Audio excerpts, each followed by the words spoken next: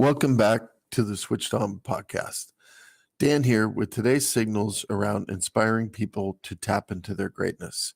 With me is Barbara Doust, an author, coach, and more. A great quote from Barbara in the episode. We go into autopilot. That's when we are burying our potential. Come join us and enjoy the show.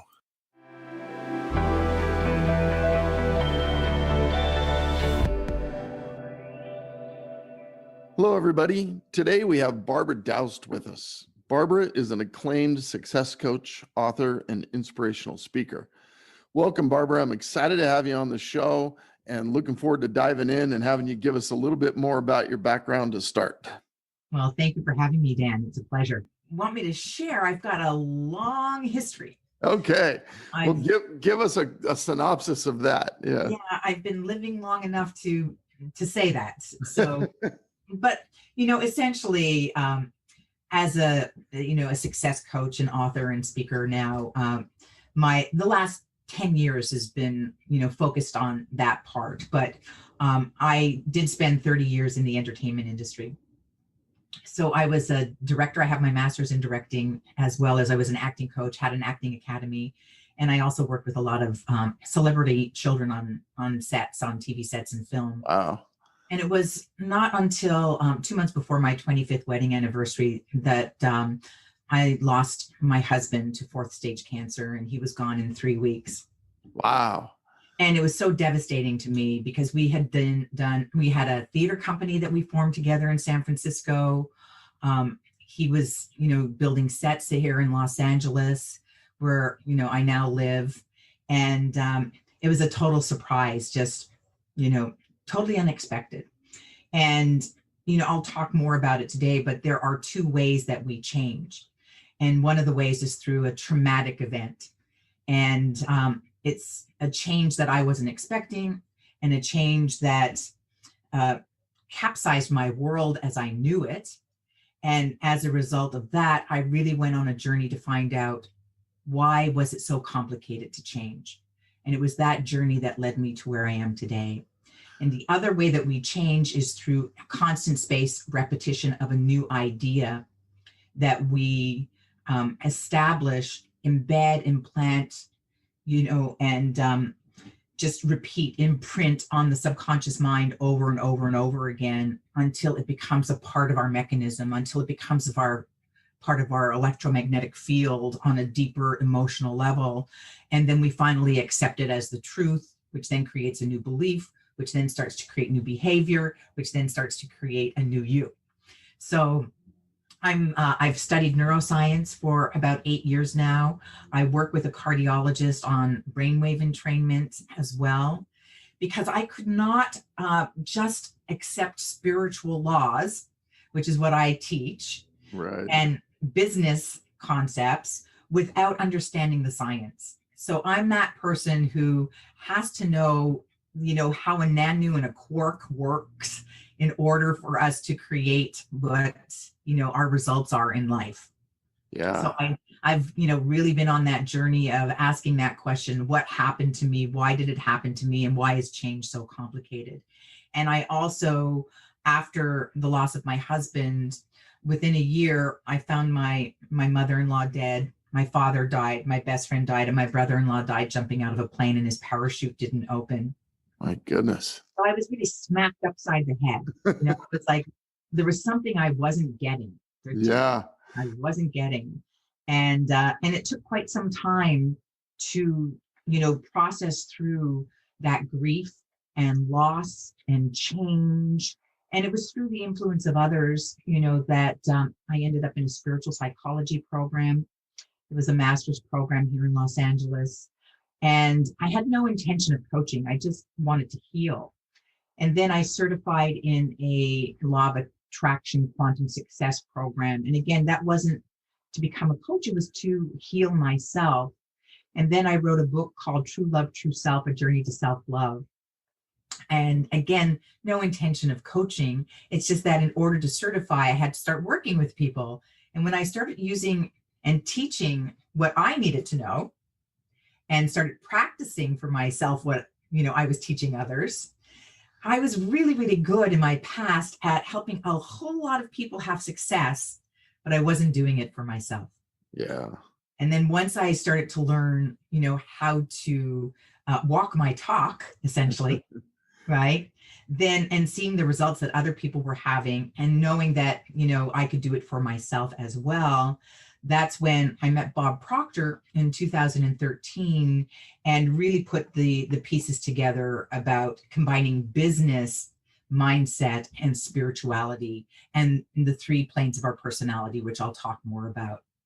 And as a result of working with him and the program called Thinking into Results, which is what I do for many of my clients, I doubled my practice and tripled my income in less than a year. So I took a quantum leap, and now I show people how to quantum leap their businesses. So it's not 1%, 3% growth, but we're talking 150 to 500% and more, once you start to tap into the unlimited mindset.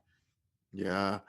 You said so many things in the intro there that were the reasons why I was really excited to meet you and spend some time with you, because the journey that I've gone through myself is so similar in many ways. And one of the things that you said there that was I learned for me was getting to the essence of energy and really diving into the energy side of it.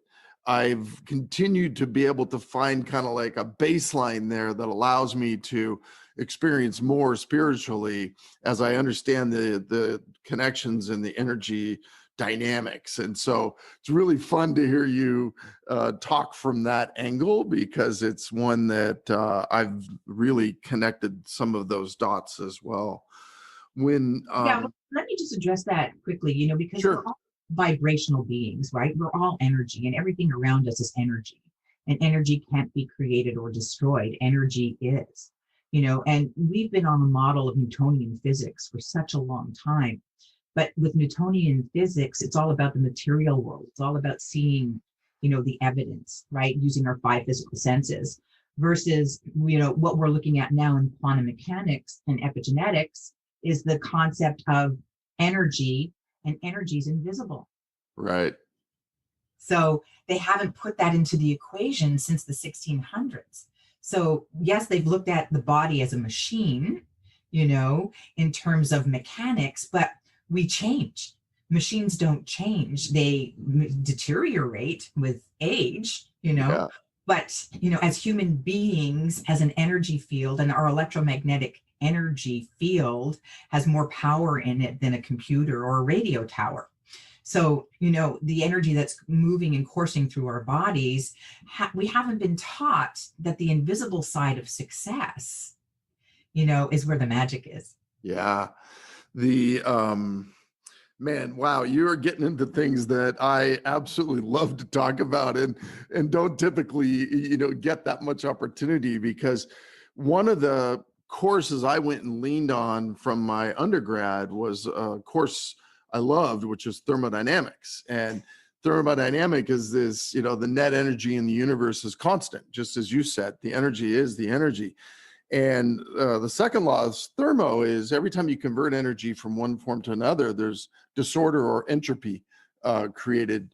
And when I started recrafting my food and my nourishment of my body, I literally went to thermodynamics and I said, okay, I can create positive potential energy, law one, or I can create entropy and disorder, law two.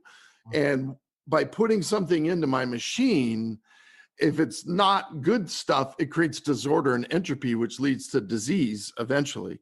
Right. Or I can put in stuff that creates positive potential, just as love does and other things. And really relied on that base level of energy dynamics, the thermo equation, and it guided me. And I continue to use it today in virtually everything I evaluate. But really, really fun to hear you talk about that. Yeah. Well, and just to break it down even simply, in the study of epigenetics, right? They're showing more and more that disease is really only caused by 1% of our DNA. Yeah. So the question is, what's the rest of it caused by, right? So we know that stress creates about 75% of chronic disease. And it's all about signals, and it's in our inputs. What are the signals that we're inputting? So in the study of epigenetics, it's really about what are the thoughts you're thinking, and are you putting in toxic thoughts, or are you putting in nutrients, helpful, positive thoughts? Are you hanging out with people who are negative, negative Nellies, David Downers, and are you in an environment that's caustic, toxic?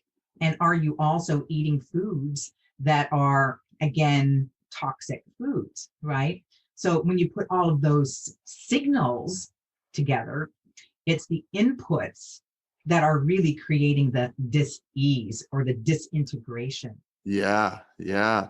No, fantastic. Well, one of the things that we had talked about in the pre-show that I really liked that you had brought up, which was inspiring people to tap into their greatness, time to wake up.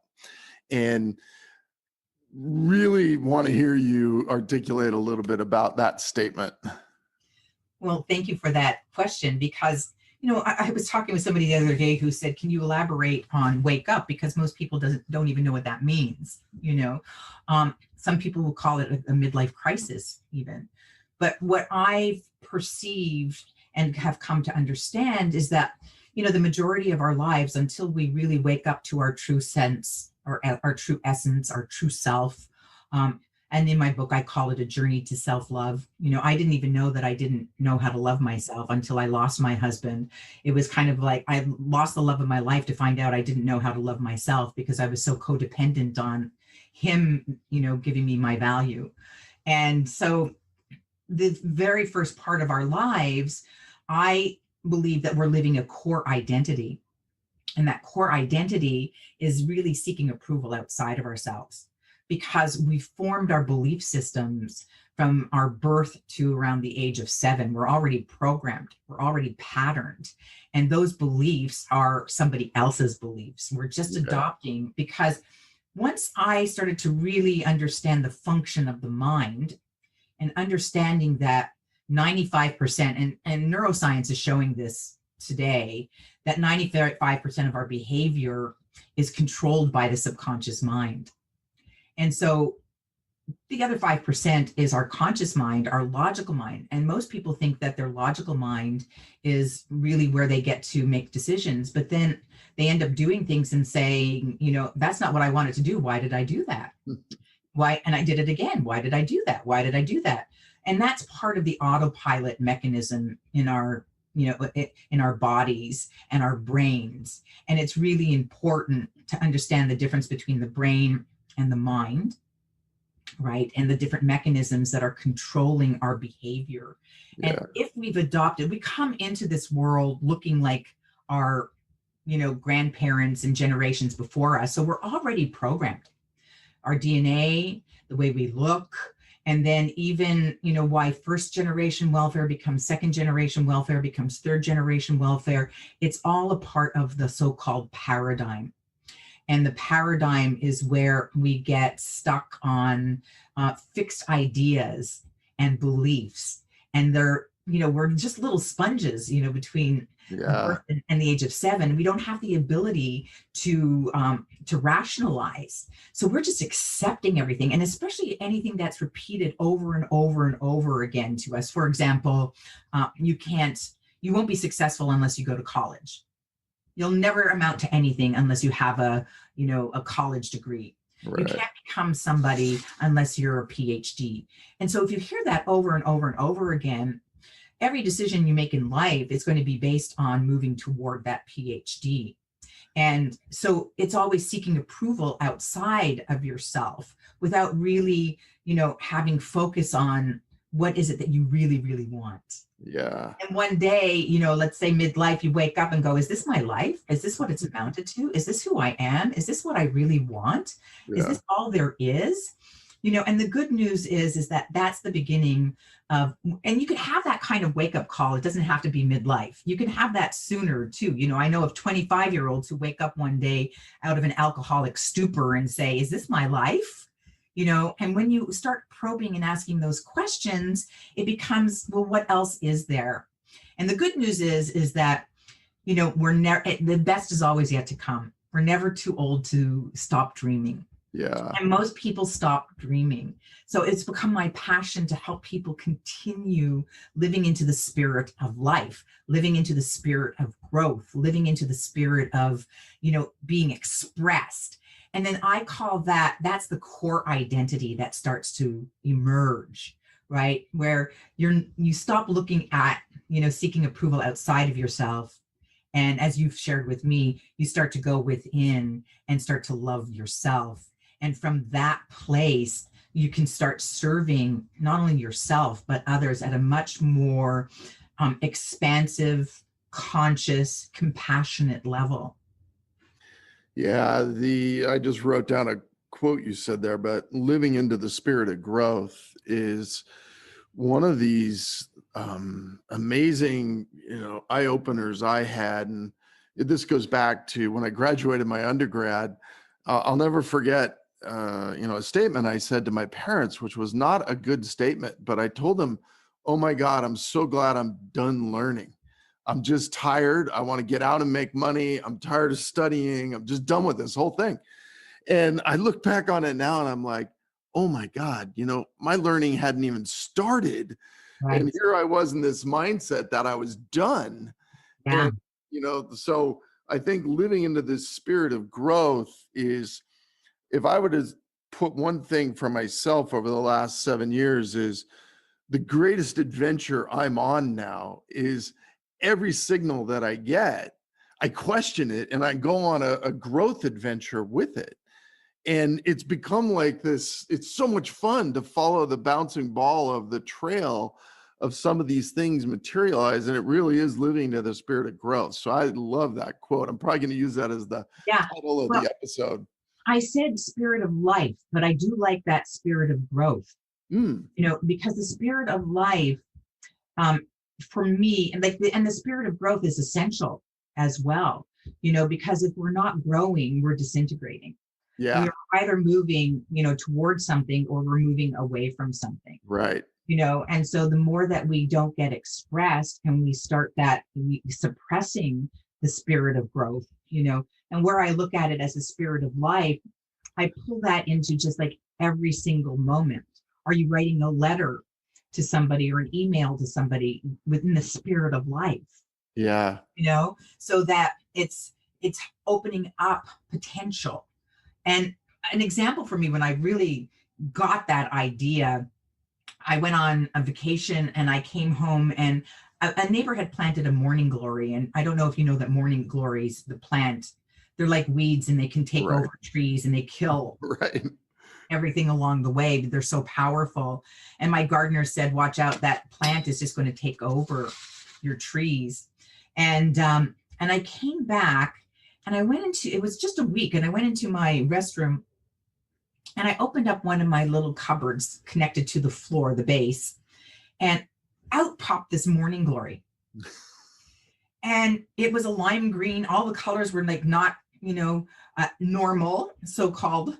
And I discovered that this morning glory had gone underneath my house. I have like a 3 foot Yeah. This crawl space. crawl space, and it wrapped itself around all the electrical wires and found a crack in the cupboard in my bathroom and found the light.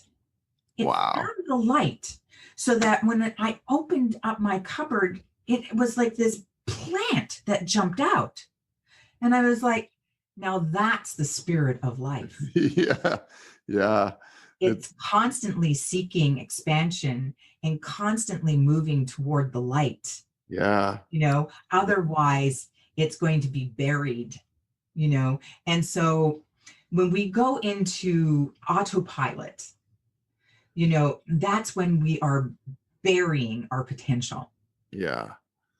Yeah. Yeah. I lived far too many years on autopilot as I look, backwards. And it's stunning to me how it kind of happens. It wasn't intentional, but as the chaos of life swarms you, I think, you just feels like you start shutting down all those things because you're just trying to survive in amongst the chaos. But yeah, that's really interesting about the plant and seeking the light, because Yeah. the light is Well, and the thing about autopilot, here's where we distinguish the difference, between the mind and the brain, because the brain wants the path to least resistance. So because of the neurons, and we want to learn and we want to grow and we want to be comfortable. That's what we're always seeking. We're always seeking comfort, yeah, right? And so what happens is that autopilot is essential because the brain wants the path of least resistance. So we don't want to have to think about our hands moving and the blood and the veins moving through the veins and our muscles to open up our front door. We want to be able to just know that we can walk through or open up the door. We want to be able to know that we can ride a car, drive it, without having to think about the fingers, the white lines, and having to think so hard. It takes up a lot of energy to think. So the brain wants to conserve energy, and that's why it goes on autopilot. It goes to the path of least resistance. The thing to recognize, though, is that when we're constantly growing, we're creating new neurons and new neural pathways, and we're stimulating the brain, and we're stimulating growth. We're stimulating neuropeptides. We're stimulating hormones that keep us, in the spirit of life, And so to watch out for when we're creating results we don't want, that's when the rut is stuck in the neural pathway. It's kind of like the grooves that just keep getting deeper and deeper and deeper. And that's when it's the opportunity to really think, dive deep, and start questioning why you're not changing. Yeah. We don't like change. No. We want the familiar, right? Yeah. And as we know, if you're going to have an Olympic mindset, it's really about doing things and stretching and stretching and stretching and stretching, until it becomes part of you, right? And then you're in the knowing, and you're not in, the having to practice anymore. Even it's just you've become consciously competent. Yeah. When we start talking there, you have a statement that I'd written down about the 3 planes of understanding: the intellectual, the spiritual, and the physical. How does that meld into this? So basically, on the spiritual level, energy is constantly moving to and through us. And spirit is forever seeking fuller expression and expansion, and this is consciousness. So the people we hang out with, the experiences that we have, being aware of, our patterns and behaviors through, observation. So that's on the spiritual level, and so we're receiving information. And then, and our signals and inputs, right? The intellectual level is like the mind, and the capacity that we have on the conscious level is to be able to choose, reject, or neglect anything that comes to us. But the primary function of the conscious mind is to focus and choose. And that's where we get to direct energy. But most people are not directing their energy because they don't know that they have the power to do that. But our biggest power is our ability to choose. So how do we choose? We've got to study. We've got to learn. We've got to get information that is new, and can stir up inside of us questions. And then the physical plane is when we learn through the body, and so thoughts on the conscious level are leading to the subconscious level, where we interpret thoughts into a feeling place. So we interpret language in pictures. So if I say to you, red truck, what do you see? Right. Right? So I see a 57 Ford red truck. Right? You're not seeing RED. Right. If I say, do you open up your refrigerator from the right to the left to the right, or in between, what do you see? Yeah. Right? So you go into your kitchen. We interpret language into imagery, and imagery causes emotion. And that's the subconscious level. So whatever the conscious mind is feeding and accepting, the subconscious mind does not have the ability to reject. So it's perceiving everything as real and imaginary. So that's why even with anxiety and fear, people will feel the fear and there's no real reason, right? It's that false evidence appearing real. There's no reason to feel the fear. They're creating it in the mind, and the mind is accepting it as the truth and dropping it into subconscious mind, right? Which is the emotional plane. That's the physical plane. When we create that feeling, we're creating a vibration in the body, and that vibration needs to be expressed. So often it's expressed, and through our feelings and the gamut of feelings, right? And that's what causes our behavior. So we're either, again, seeking pleasure or we're avoiding pain. Right. Either way you look at it, it's based in our emotional mind. And so that physical level is where we're expressing and creating results. So that eventually, if we keep on believing over and over and over again, a certain belief, whether it's positive or negative, eventually it's going to what I call cross the border and show up in the outer reality. Yeah. The choice is one, as you mentioned it in the book I wrote. I actually kind of created a word called choiceability. And I just said it was this unique feature that we humans have, is this choiceability. We really have this ability to choose. And it's exciting if you're using it to your advantage, and it's not if you're not. But choice, and I love hearing you talk about that. Man, I think you and I could talk for hours. Our alignment here is very high. One question I ask the guests is around, if you wanted people to walk away with one thought, one concept, one principle they could use from this half an hour together today, what would you say is that one thing? I would say that it's really about self-image. You'll never outperform your self-image. You'll never outperform what you already know. And in order to grow, it's about doing things outside your comfort zone, doing things differently. Highly successful people are constantly outside their comfort zone.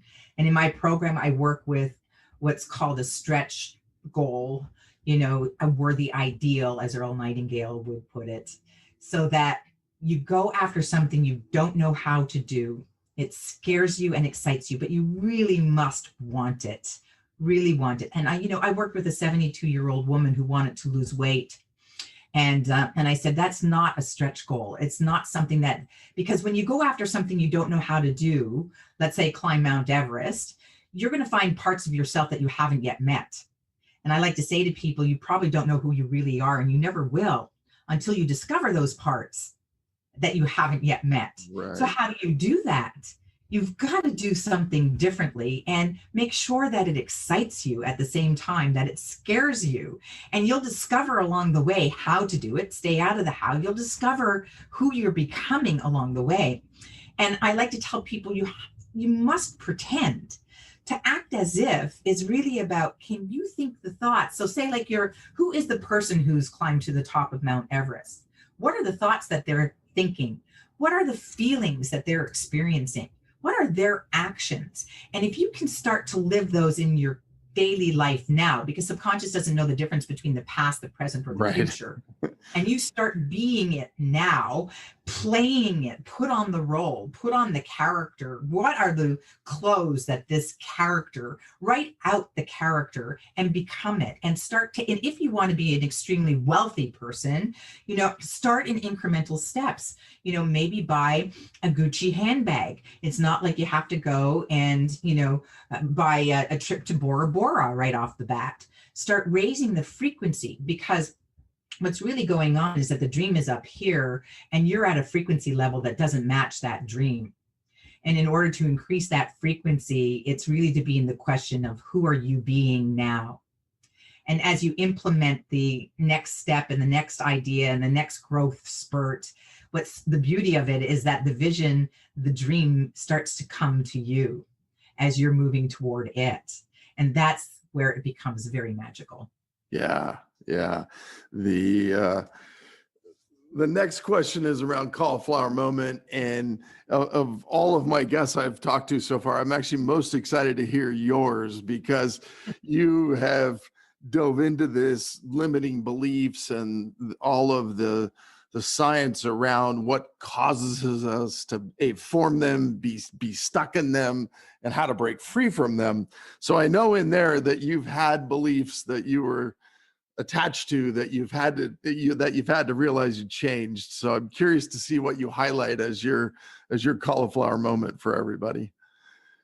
Okay, you might be surprised, but um, it really, because I lived my life for 30 years seeking approval outside myself and not understanding that I could design my own life, the cauliflower moment for me to get me on the path to self-discovery, let's say, was after I lost my husband 3 months afterward.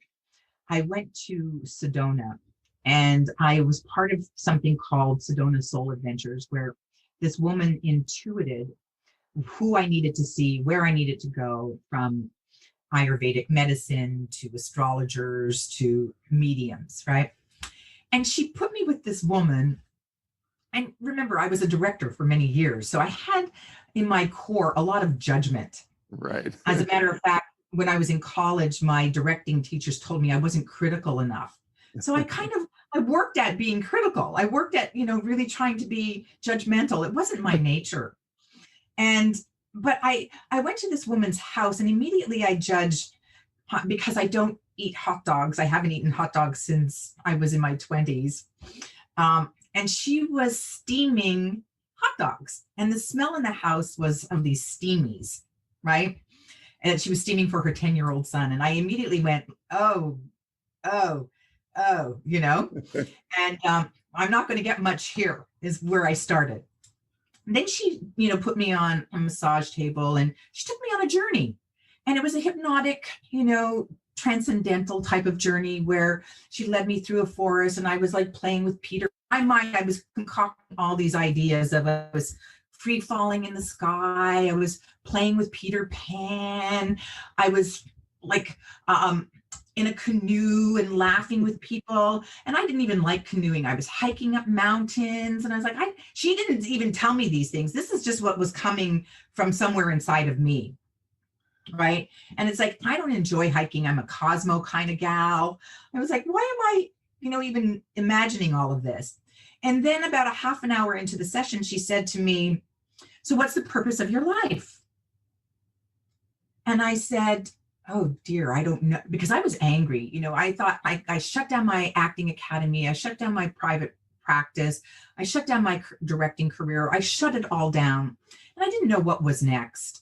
And I started thinking, I don't know, realtor, maybe I'll be a property manager. Maybe I'll be, I'm not going to be an acting teacher anymore. I had I could, my lips were tightly shut, And then she said it again, what's the purpose of your life? And out of my mouth blurted, love. And she said, thank you. That's the end of the session for today. And I was furious. I laid there, and I was like, how am I going to make a living on love? How am I going to survive on love? How am I, how am I going to pay the bills on love? And then she let me, stay there for about another 20 minutes or so. And I started fantasizing being part of a healing center, taking people on canoe trips and hiking and laughing and doing pottery, all kinds of things. And about 3 weeks after that, a hypnotherapist that I was working with came to me and said, Barbara, I'd like you to create an art studio at my healing center. Wow. And I was like, that's interesting.